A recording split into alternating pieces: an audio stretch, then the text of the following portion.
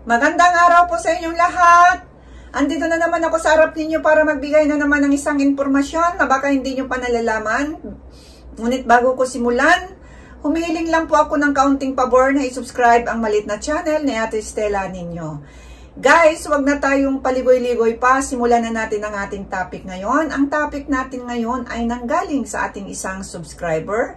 Ngunit bago ko simulan, disclaimer lang po, ang impormasyong binibigay sa video na ito ay layuning pang edukasyon lamang at hindi nilayon bilang kapalit ng profesional na payong medikal. Maraming salamat po. So, narito po ang kanyang katanungan. Madam, itanong ko lang kung ang mga babae ba ay gustong magkaroon ng labanan araw-araw. So guys, yung sinabi kong labanan, alam nyo na yon, no? Kung gusto ba raw ng babae araw-araw na may lambingan. No? Ayon sa aking pagsaliksik, ito po'y sinaliksik ko lamang dahil hindi po tayo eksperto dito, no? So, ayon sa aking pagsaliksik, ang kagustuhan ng isang babae na magkaroon ng intimate moments ay hindi pari-pareho dahil maraming bagay ang nakakaapekto rito. So, narito ang ilang paliwanag. Number 1, mataas na libido o libog. Kung mayroon mang babae na gusto ng araw-araw, ay maaring siya ay may mataas na libido dahil sa kanyang hormones o lifestyle. So, ang ibig sabihin, kapag meron mang araw-araw na gumagawa nito na isang babae, marahil siya po ay napakaganda ng kanyang lifestyle, malusog siya o sa kanyang hormones na talagang merong connection doon ayon sa aking pagsaliksik. Ngunit alam niyo naman siguro guys, halimbawa sa bagong mag-asawa o magkasintahan, siguro naman walang ano diyan, walang papalag diyan, siguro naman araw-araw 'yan, no? O itawa niyo na lang kung totoo ba 'yan o hindi. So kayo na ang mag-judge. So yan po ang isang paliwanag, no, kapag mataas ang kanyang tinatawag na libido. At ang number 2 naman, kapag may masayang relasyon. Kapag ang relasyon ay puno ng pagmamahal at respeto, mas malaki ang chance na maaring gusto ng babae ang madalas na intimacy. So, ang ibig sabihin, kapag masaya ang isang relasyon, kasama na po yon. So, yan po yung number 2. At ang number 3 naman, physical touch naman ito. Ano ba ito?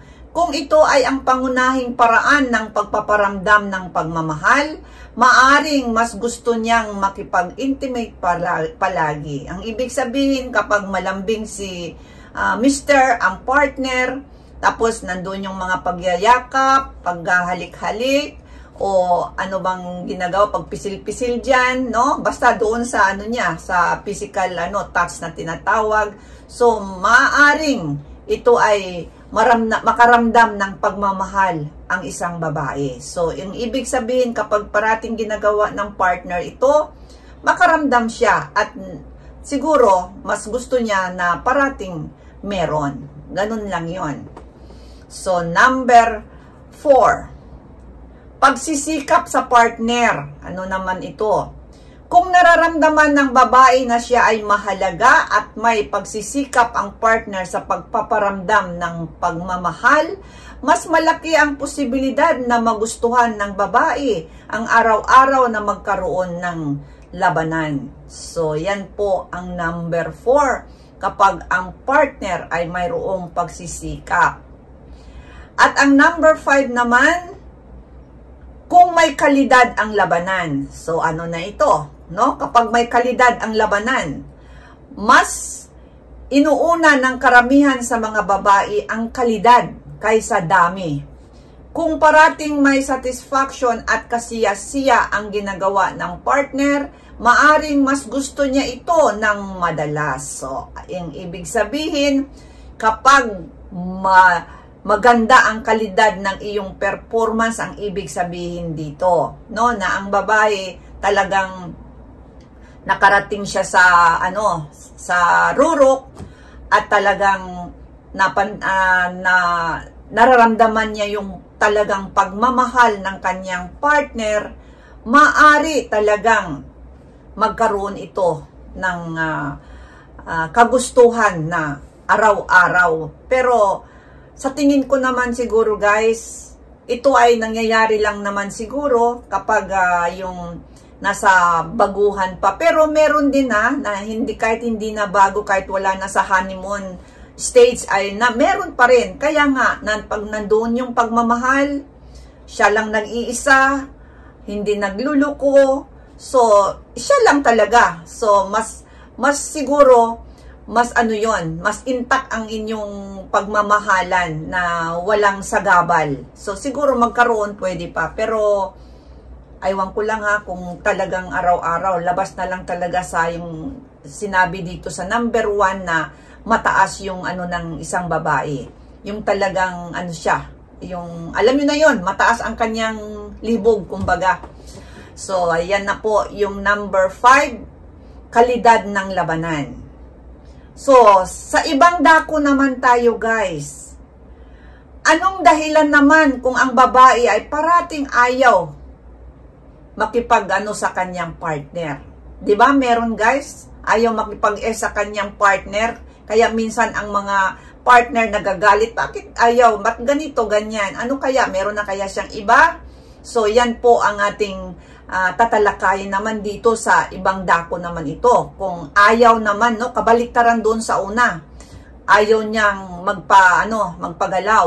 So ang dahilan o ang sanhi ay maaring ito. Number 1, pagod o stress. Ito, relate po ito sa akin. Ano ko na ito, hindi na to pagsaliksik, kundi kahit karanasan ko na rin ang iba dito. Pagod o stress. Kapag ang babae ay nasa ilalim ng matinding stress, lalo na kung maliliit pa ang kanyang mga anak, natural lang na mababawasan ang kanyang interest doon. So ito guys, talagang sino ang makakarelate dyan sa may mga asawa na, siguro naman naranasan nyo na inaayawan kayo na kung gusto nyo. Dahil sabihin sa inyo, pagod siya. Pero ang alam ko, hindi naman direktang sabihin ng asawa. Ngunit, maramdaman nyo na rin yun na talagang ayaw niya. Pero wag kayo pong mag-isip ng kung ano-ano na, baka meron ng ganito, meron ng iba. Wag po nating isipin yan. Kaya nga po, sinaliksik ko kung ano yung mga sanhi kapag ayaw ni Mrs. Ito na nga ang number 1, pagod o stress siya. At ang number 2 naman, hormonal imbalance naman ito. Maaaring sanhi ito ng health condition tulad ng menopause o iba pang hormonal issues naman ito.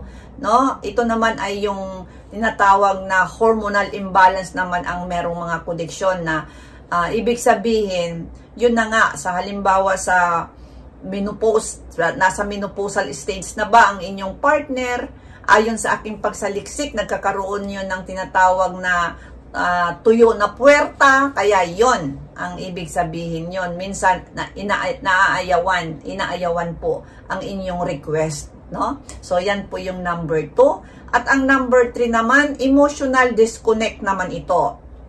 Maaring ang kawalan ng malalim na connection sa partner ay maaring magdulot ng paglayo ng damdamin. So, meron ito. So, meron kung anumang kadahilanan, nagkakaroon ng emotional disconnection, di ba? Merong mga pag-aaway, merong mga third party na mga ganito. So, hindi natin malaman kung ano yung talagang dahilan kung bakit naging emotional disconnect na ang magpartner. So, yan po yung number 3. At ang panglas naman nating maling approach ng partner. Ano ba ito? Ang kawalan ng tamang romansa o foreplay ay maaaring makaapekto sa interest. Ito na.